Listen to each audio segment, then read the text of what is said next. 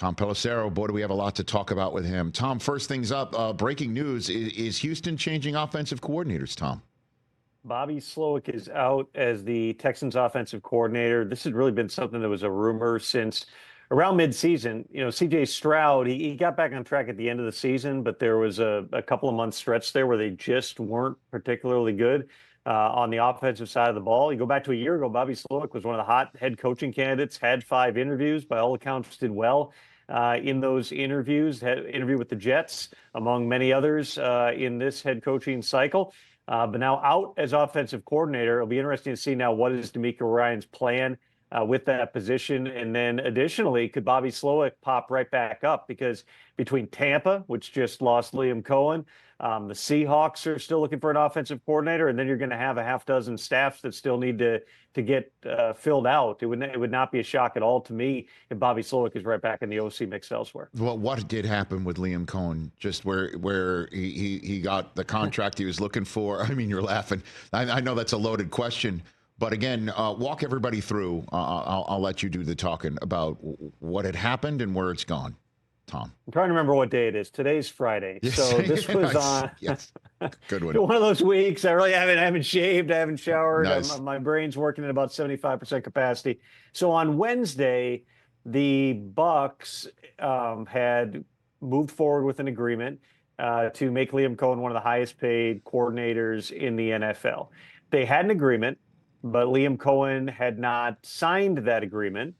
My understanding is when Liam Coen and his agent had called the Jaguars to say that he was out on that head coaching search, there were some questions asked about, is it because of Trent Baalke, which is something that the Jaguars had heard from other candidates through the process, which was they weren't going to come in and work with Trent. A couple of hours later, Trent was fired.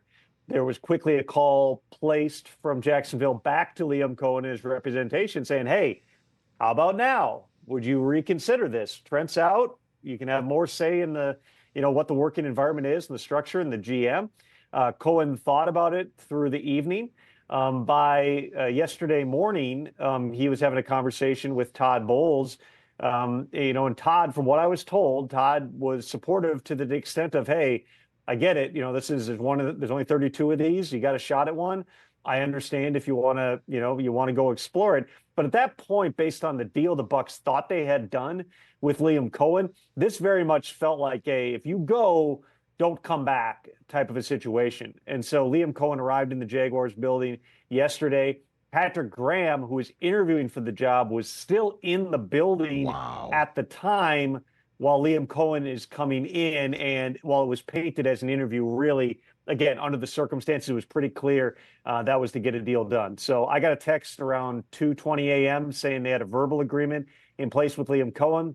We don't yet have evidence of a signed agreement, so we've already been down this road with Liam once this week. But all indications are, Rich, this is going to get done. Coen has told some of the assistant coaches in Tampa that he's not going to be returning. And the Jaguars, who had been in the Ben Johnson sweepstakes, they'd interviewed guys like Aaron Glenn. They had a handful of other candidates that were in the mix. They're prepared to move forward with Liam Coen, who's had a wild journey in recent years from Kentucky to the Rams, back to Kentucky to the Bucs, and now over to Jacksonville as the head coach. Wow. All right.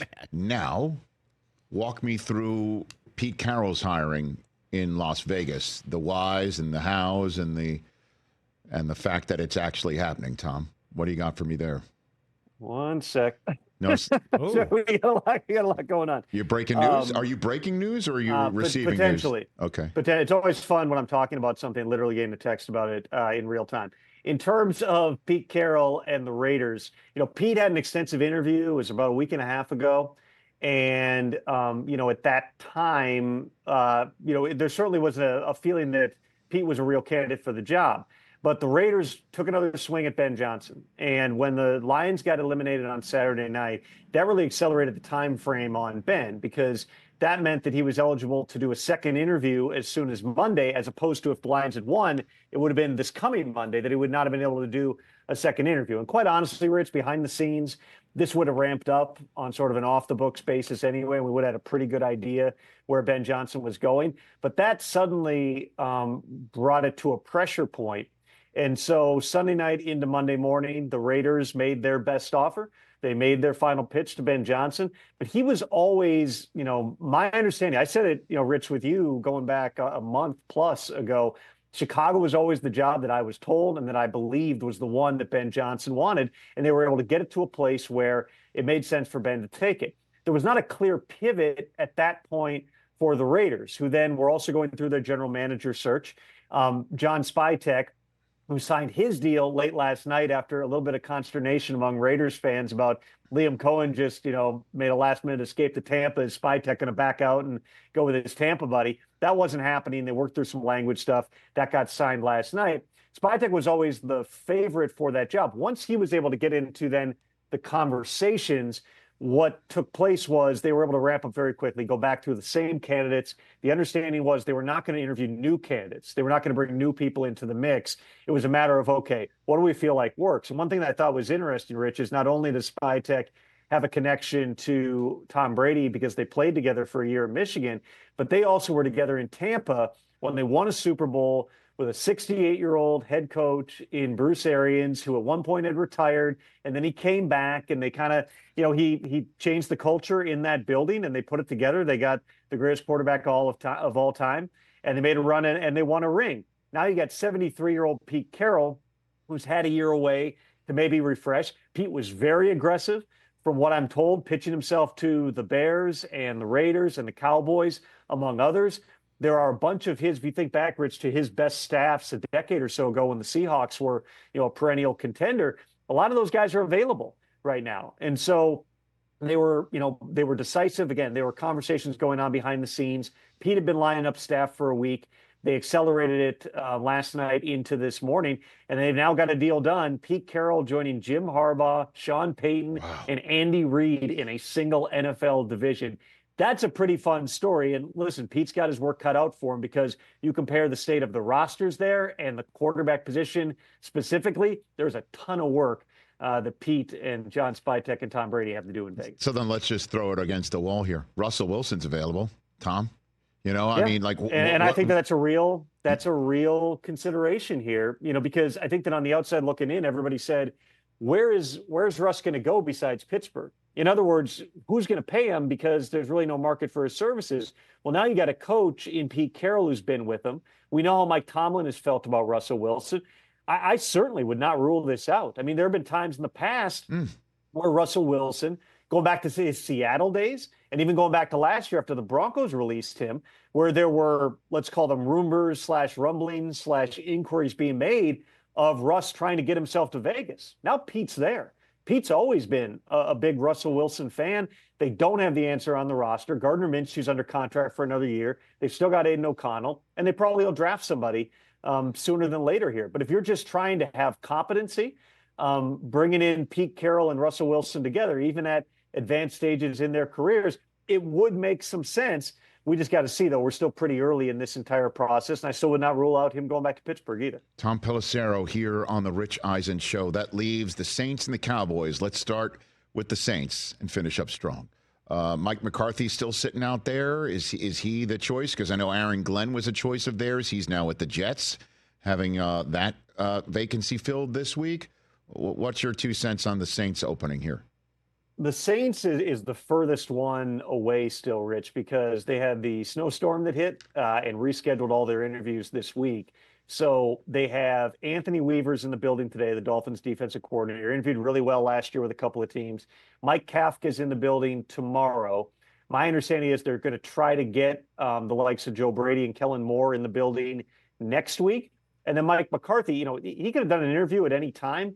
But Mike McCarthy, if you want him, his track record. It's probably not much of an interview. He worked in that building 20 years ago with Mickey Loomis. I mean, those guys know Mike. They know what he's about. In my mind, that makes a ton of sense because you've got an older, expensive roster. They're always pushing the cap, and they're in a generally weaker division. This is a team that has to win right now. When you're constructed the way you are, you have to win right now. So do you want to take a risk of maybe going through some growing pains with a first-time head coach, or do you want to get a guy who's been to the playoffs 12 times in 18 seasons and has won a Super Bowl and you have a familiarity with him? I think that it makes a ton of sense with Mike. You can't count out Darren Rizzi either.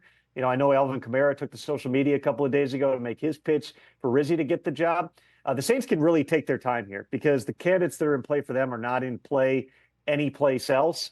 Unless Dallas were to decide to re-engage on Mike McCarthy after a 10, 11-day divorce and counting here, there's not really a lot of crossover between the teams. And so I fully anticipate Mickey is going to take his time here. Probably middle of next week, Tuesday, Wednesday, maybe Mike McCarthy will go in there. That'll probably be the last interview, and then they'll decide what to do. All right, now let's get to the Cowboys. The current status of the Cowboys coaching search is? Conversations are continuing with Brian Schottenheimer, their offensive coordinator. That's been going on for 3-4 days now. There are certainly people who believe that that's going to end up being Schotty's job. Pete Carroll did have contact, as our Jane Slater reported. There was a conversation there. It sounds like that was probably initiated by Pete because he was trying to, make sure that he was able to get back in. They've interviewed Robert Saleh, who I was told had a really good interview there. They interviewed Leslie Frazier for the position, and they did a Zoom with Kellen Moore. Jerry's ultimately got to decide what he wants because Jerry, going back to the conversations 2 weeks ago with Mike McCarthy, there was no time in those conversations where it seemed like Mike was not going to be back as the head coach. But with Jerry, it's been about the commitment and what is he willing to do contractually, the length of contract, how long is he tied with somebody. He definitely has interest in scenarios that would prepare a Jason Witten to take over somewhere down the line, to groom him and have him on staff and potentially make him the head coach, whether that's 2, 3, 5 years down the line, whatever it might be. There may not be a lot of coaches who are comfortable with a scenario like that. So is it possible Jerry takes us into next week and waits out, let's say, a Cliff Kingsbury, who's got a ton of ties in the state of Texas and is, currently helping Jaden Daniels have a monster season and get into the NFC Championship game in Washington? There's different things that he could do, but I certainly get the sense that Jerry does not want to drag this a whole lot further than he already has.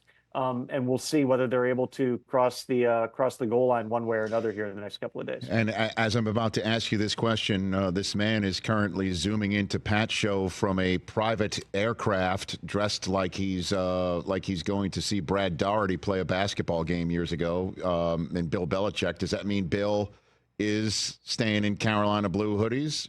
Tom, all of this right now? What do you think? Bill Belichick and Jerry Jones know each other well. If they wanted to accelerate this and strike a short-term deal for Bill to come in, I think that that's certainly something that Bill would entertain. But right now, this is the thing is you're running out of jobs here. Remember, Tom Brady called Bill Belichick about this job weeks ago in Las Vegas and asked him what it would take. They end up with kind of the similar type of an archetype, right? An older coach who's won a ton of games to just kind of reset the culture and maybe set the table a few years down the line for somebody else to take over. That could have been Bill. You have to wonder, and hindsight's 20/20 on these things, but if he never takes that North Carolina job, do people take it a little bit more seriously? Does he go and interview for some of these jobs? That was not a risk he was willing to take, to not have a job once again. So he's currently at North Carolina. You're down to the Saints. I don't see him going there. And the Cowboys, which, again, there's a long-standing relationship. He's one call away, but remember this about Jerry. He is a big believer that coaching isn't that important. And he's said that going back to the mid-90s when Jimmy Johnson won the first Super Bowl, and basically Jerry's response was anybody could have coached this team to a Super Bowl. They win a second one. He fires Jimmy Johnson. They end up bringing in Barry Switzer, who wins one. And that kind of, short-term proved Jerry right. Well, in the close to 3 decades since, they haven't been to a Super Bowl. They haven't even been to an NFC Championship game. And last year he had everybody on one-year contracts. It was a hyper-stressful environment. And then he wouldn't make the type of commitment to Mike McCarthy that Mike would have wanted to stick around. If you end up hiring a Brian Schottenheimer, you're probably doing that in part because you can do that at a lower price point on a shorter-term deal. Keep some of the same guys in place. I'm not saying that's the sole reason. I don't mean to in any way discount Schotty, who's been a really good coach for a long time. He's been in a lot of different places. 15 years ago, he was the Ben Johnson. He was turning down head coaching gigs. And then, the magic kind of ran out with the Jets, and he ended up bouncing around as an OC a bunch of different places. But certainly he is qualified and he's ready for this opportunity. But if you're talking about bidding on the top head coaching candidates, frankly, it's going to be more expensive than promoting your offensive coordinator to the position. That's just how the market dynamics work here. So is there a world where Jerry could one more time decide to call Bill? I certainly think it's possible. But right now, sitting here, Rich, I don't get any sense that Jerry wants to fan out this search or think about new names that have not already been involved in the mix. A lot of that points toward potentially hiring Brian Schottenheimer. But like I said, they're continuing to talk on this. And if there's one thing we know about Jerry is he can talk and talk and talk, and it doesn't always lead to the place that you think it's going to. And obviously with Vrabel going to New England, he's got Drake May. Ben Johnson, who I spoke to earlier, he's got Caleb Williams. Liam Cohen's going to get Trevor Lawrence. Whoever Dallas hires, Dak's the guy. You mentioned whoever New Orleans hires based on the setup. It's going to be Derek Carr. We talked about, right, at least this year. And in terms of Vegas, we mentioned, there's options for Pete. Aaron Glenn, is he going to stick with Aaron Rodgers? What's your first blush thought about the Jets quarterback situation upon Aaron Glenn's hiring? Tom? Well, the first thing they got to do is figure out the general manager position, because as much as everybody thought, as I get a call, this is twice in one segment here. Get a call about that. The Jets still need to lock in their general manager here. A lot of people thought it was going to be Lance Newmark. They ended up bringing in 2 additional candidates, Darren Muji and Trey Brown, to interview for the job yesterday. I would think this is going to accelerate pretty quickly here. They'll probably have a GM in place today. And then those conversations have to happen with Woody Johnson, Christopher, the new GM, and Aaron Glenn about what exactly are we going to do. I would be surprised. Nothing shocks me anymore, Rich, but I would be surprised if Aaron Rodgers is back. But this is going to be part of a broader landscape of it, because it's not a matter of, all right, let's just move on from that thing that didn't work. It's also, what do we do next? That's the steps that they need to take here to figure out exactly what the path forward is going to be. All right, and your phone's buzzing like crazy. So just give me a few seconds here about the injury reports for this weekend. Just in general, AFC, NFC championship game. What do you have for me there, Tom? And then I'll let you go if you don't mind. Yeah, on the Eagles front, everything seems to be trending positively for Jalen Hurts. He obviously, that knee did not look great in the game. We'll see how healthy he is. But he was listed as a full participant on the injury report yesterday, which gives you an indication. At minimum, they think this is a guy who's going to be able to get through the game. They're not even easing off his practice reps. It's going to be a matter of how much do they expose him as a runner. Do they do some things in terms of, are they going to run the brotherly shove and things like that with a guy with a bulky knee? That's certainly stuff that we need to keep an eye on here. The Chiefs have basically an entirely clean slate. They're as healthy as anybody. Obviously, they've still got all the receivers. By the way, no movement on the Jets GM hire. That was the call I missed. I texted back.